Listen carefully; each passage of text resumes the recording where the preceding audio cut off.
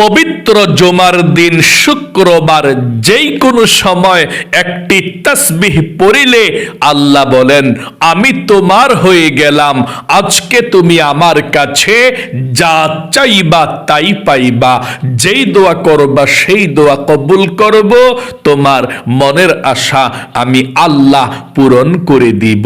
আল্লাহু আকবার। আল্লাহ এভাবে বলতে থাকে। নবীজি বলেছেন, জুমার দিন শুক্রবারে এই তাসবিহটি পড়ার পরে চাও তুমি আল্লাহর কাছে কি চাইবা? তুমি কি রিজিক চাও? আল্লাহর কাছে রিজিক চাও, আল্লাহ রিজিক দিবে, ধন সম্পদ দিবে, অভাব অনটন দূর করে আল্লাহ ঋণকে পরিশোধ করার ব্যবস্থা করে দিবে। আল্লাহু আকবার। নবীজি বলেছেন, তোমরা কি আল্লাহর কাছে সুখ শান্তি চাও, বিপদ আপদ থেকে মুক্তি চাও? তাহলে জুমার দিন শুক্রবার এই তাসবিহটি পড়া, তারপরে আল্লাহর কাছে বিপদ আপদ থেকে মুক্তি চাও, ঋণ পরিশোধ চাও, সুখ শান্তি চাও, আল্লাহ তাআলা সুখ শান্তি দিবে, বিপদ আপদগুলো দূর করে দিবে এবং আল্লাহর আরশ পর্যন্ত কাঁপতে থাকবে যতক্ষণ পর্যন্ত আপনার দোয়া আল্লাহ কবুল না করে, আপনাকে নিষ্পাপ না করে। আল্লাহু আকবার।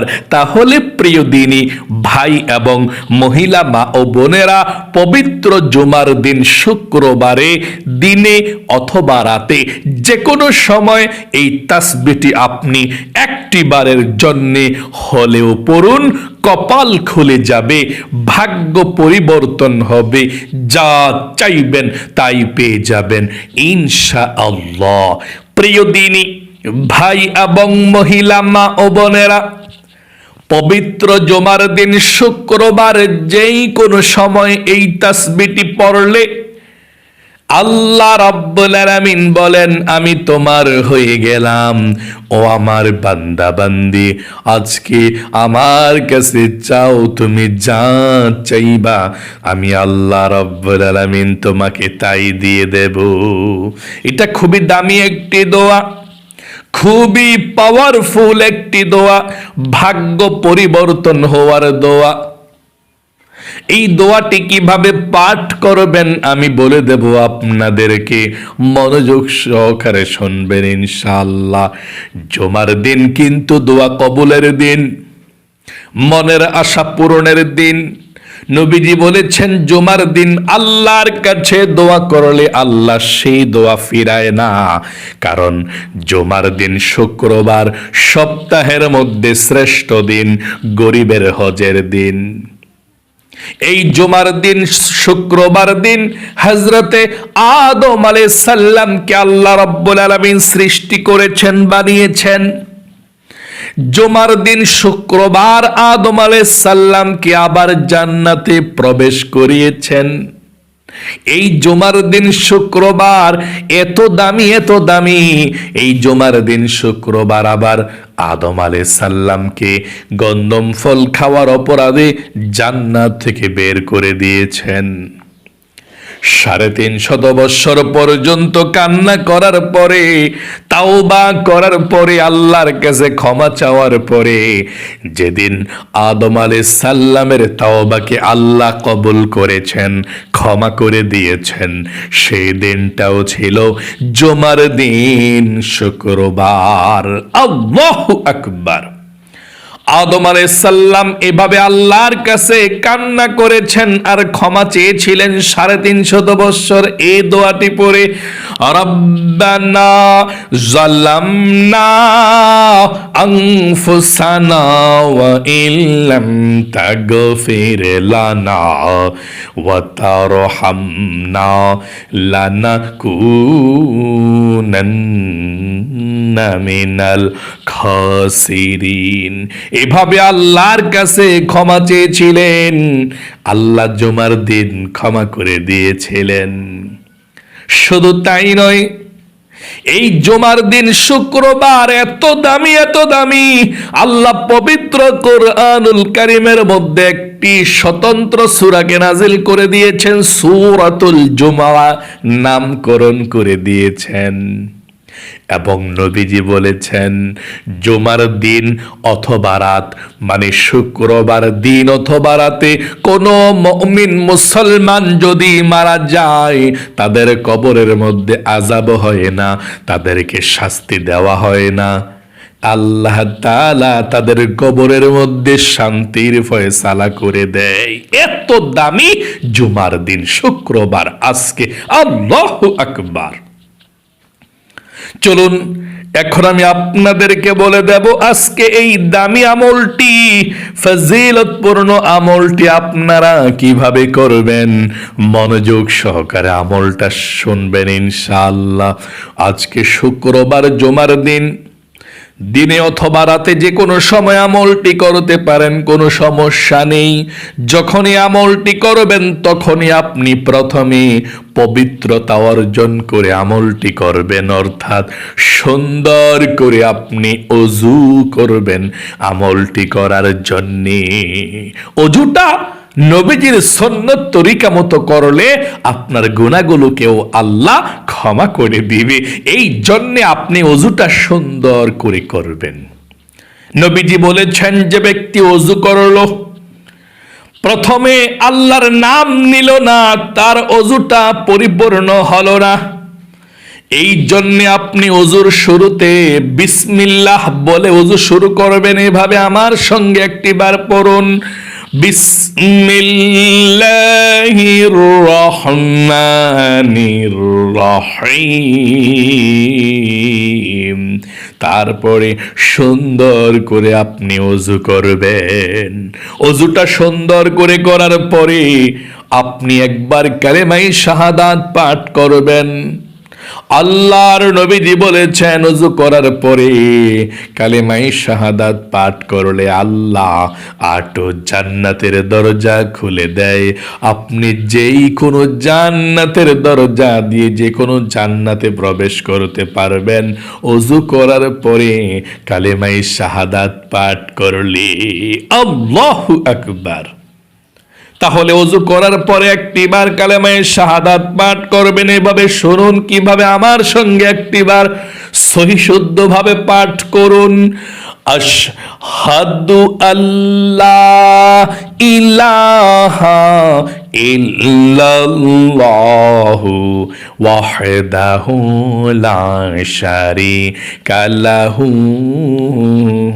ওয়া আশহাদু আন্না মুহাম্মাদান আবদুহু ওয়া রাসূলুহু। এভাবে আপনি কালিমায়ে শাহাদাতরা পাঠ করবেন ওযু করার পরে। তারপরে আপনি পবিত্র একটি জায়গার মধ্যে বসে আমলটি করবেন। পবিত্র একটি জায়গার মধ্যে বসে কারো সঙ্গে কথা বলবেন না আমলটি করার সময়, কারণ নিরিবিলি আমলটি করবেন, মনোযোগ সহকারে আমলটি করবেন। সর্বপ্রথমে 1 নম্বরে নবীজির প্রেম ভালোবাসা মনের মধ্যে নিয়ে এই ছোট দুরূদ শরীফটি 11 বার 1 নম্বরে পাঠ করবেন। 11 বার এই দুরূদ শরীফটা পাঠ করবেন প্রথমে। নবীজি বলেছেন 11 বার এই দুরূদ শরীফটা প্রথমে পাঠ করলে আল্লাহ রাব্বুল আলামিনের আরশে আজিমে আপনার দোয়াটা চলে যাবে। 2 নম্বরে আল্লাহ আপনার উপরে 110টা রহমত নাজিল করবে। সাথে সাথে 3 নম্বরে আল্লাহ আপনার আমলনামা থেকে 110টা গুনাহকে কেটে দিবে। 4 নম্বরে একজন ফেরেশতা আপনার দরুদের হাদিয়াটা নিয়ে নবীজির রওজা পাকে চলে যাবে। নবীজি আপনার দরুদের হাদিয়াটা পেয়ে খুশি হয়ে যাবে এবং আল্লাহর কাছে রহমতের দোয়া করে দিবে আপনার জন্য। আল্লাহু আকবার। এবং 5 নম্বরে আল্লাহর কাছে আপনার মর্যাদা 110 গুণ বৃদ্ধি হয়ে যাবে। তাহলে আপনি প্রথমে 1 নম্বরে নবীজির প্রেম ভালোবাসা মনের মধ্যে নিয়ে যে কোনো দুরূদ শরীফ পাঠ করতে পারেন। ছোট দুরূদ শরীফ যদি পাঠ করতে চান, এটা পাঠ করলে চলবে। আমার সঙ্গে একটিবার পড়ুন, সাল্লাল্লাহু আলাইহি ওয়াসাল্লাম, সাল্লাল্লাহু আলাইহি ওয়াসাল্লাম। পড়ুন আমার সঙ্গে আবারও, সাল্লাল্লাহু আলাইহি ওয়াসাল্লাম। এভাবে আপনি 11 বার দরুদ শরীফ পাঠ করবেন। 2 নম্বরে জীবনের সমস্ত গুনাহগুলো ক্ষমা হওয়ার জন্য ইস্তিগফারটা 11 বার পাঠ করবেন।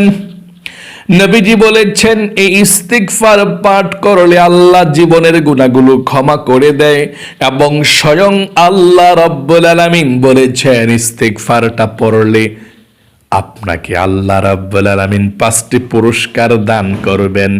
জীবনের গুনাহগুলো ক্ষমা করে দিবেন, অভাব অনটন দূর করে দিবেন, নেক সন্তান আপনাকে দিবেন, আপনাকে জান্নাতে প্রবেশ করাবেন, এবং জান্নাতের নহর থেকে আপনার জন্য শরবতের ব্যবস্থা করে দিবেন।